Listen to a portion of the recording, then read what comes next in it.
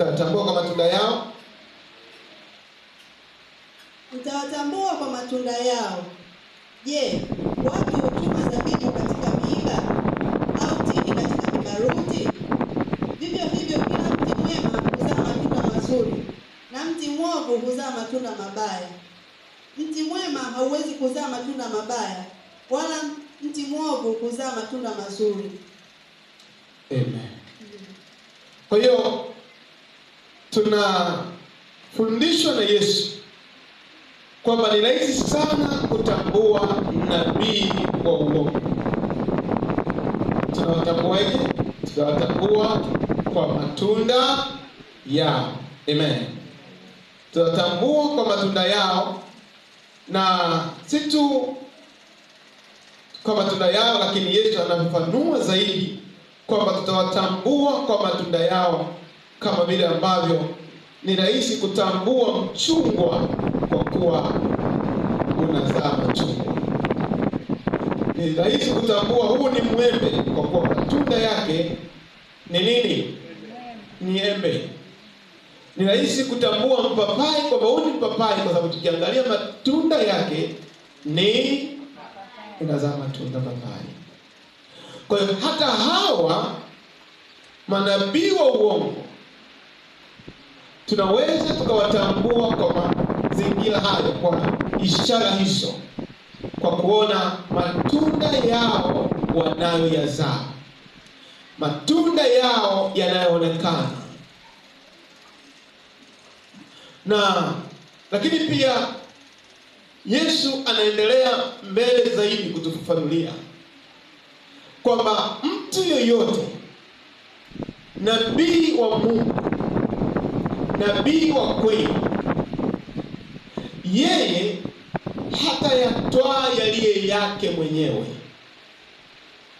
bali atayatwaa yaliyo ya Baba, yaliyo ya Mungu, yaliyo ya Yesu, na atatupasha habari, atatufundisha, atatuelekeza maneno ya Mungu, maneno ya kweli, bila kujali yana uzito kiasi gani, yana gharama kiasi gani. Hata yatwaa yaliyo ya kwake, hata fundisha yaliyo ya kwake. Anasema Yesu kwamba lolote nalolifanya, nalolitenda, silifanyi kwa nafsi yangu, bali lile nalimuona Baba anafanya, ndilo nilifanyalo.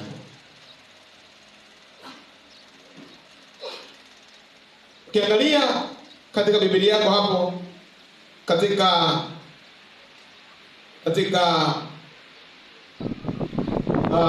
Yohana sura ya 8, Yohana sura ya 8,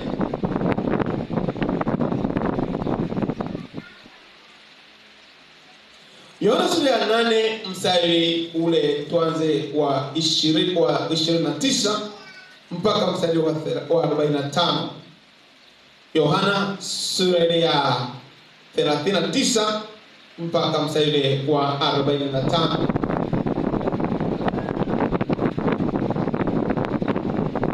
Naweza kusoma kwa haraka hapo. Wakajibu wakamwambia, baba yetu ndiye Ibrahimu.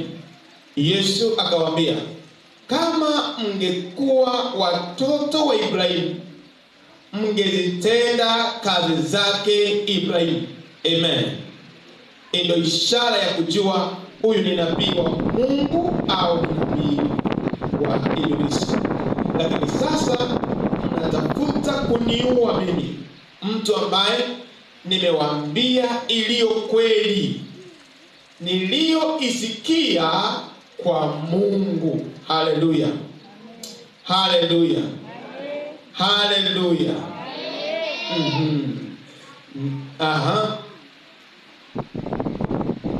Lakini sasa mnatafuta kuniua mimi, mtu ambaye nimewaambia iliyo kweli, niliyoisikia kwa Mungu.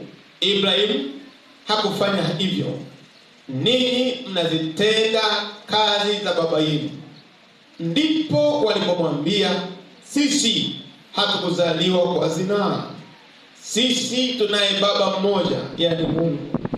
Yesu akawaambia, kama Mungu angekuwa baba yenu, mngenipenda mimi, kwa maana nalitoka kwa Mungu, nami nimekuja, wala sikuja kwa nafsi yangu.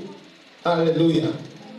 Sikuja kwa matakwa yangu, kwa kutaka mimi, bali yeye ndiye aliyenituma. Mbona myafahamu hayo niyasemayo? Ni kwa sababu ninyi hamwezi kusikia neno langu, nanyi ni wa baba yenu Ibilisi, na tamaa za baba yenu ndizo mpendazo kuzitenda. Yeye alikuwa muuaji tangu mwanzo, wala hakusimama katika kweli, kwa kuwa hamna hiyo kweli ndani yake. Asemapo uongo, usema yaliyo yake mwenyewe. Haleluya. Kwa sababu yeye ni mwongo na baba wa uongo. Tunaona hapa Yesu anatufundisha, yeye aliyetoka kwa Mungu atayasema anayoagizwa na Mungu, aliyoyasikia kutoka kwa Mungu. Lakini yule ambaye ni mtumishi wa Mungu, anajiita mtumishi wa Mungu, ni nabii, tutampima yale anayozungumza, yale anayofundisha yako sawa na neno la Mungu. Na kama sio sawa, basi tunajua kwa matunda hayo huyu si nabii wa kweli, huyu ni nabii wa uongo.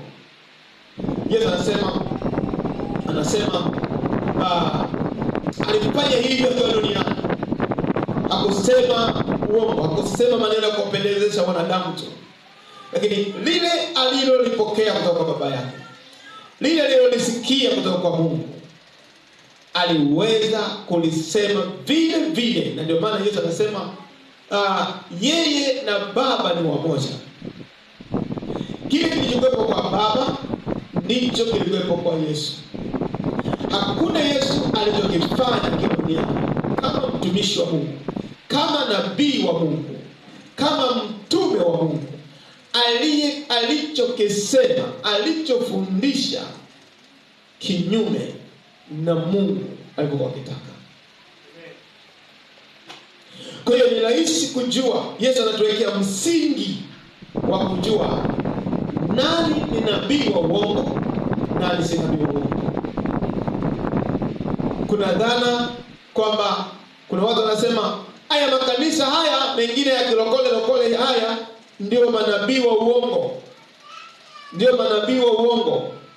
Ni vizuri kufahamu, watu wa Mungu, kwamba kuwa na ufahamu, kujua nabii wa uongo ni yupi, ana tabia gani. Nabii wa uongo anaweza kawa ni mtu wa zamani kabisa, anaweza kawa ni kiongozi wa dini wa zamani, anaweza kawa ni dini ya zamani tunayoiamini sana. Nabii wa uongo anaweza kawa ni kiongozi wa dini au mchungaji wa karibuni, haijalishi. Nabii wa uongo anaweza kawa ni mtu au dhehebu linaloongozwa na nabii wa uongo likawa la zamani au karibuni, hiyo haijalishi. Lakini tunachopaswa kukiangalia, kupima kwamba huyu nabii wa kweli au nabii wa uongo. Sasa tunapima kutokana na yale matunda yake, maneno yake.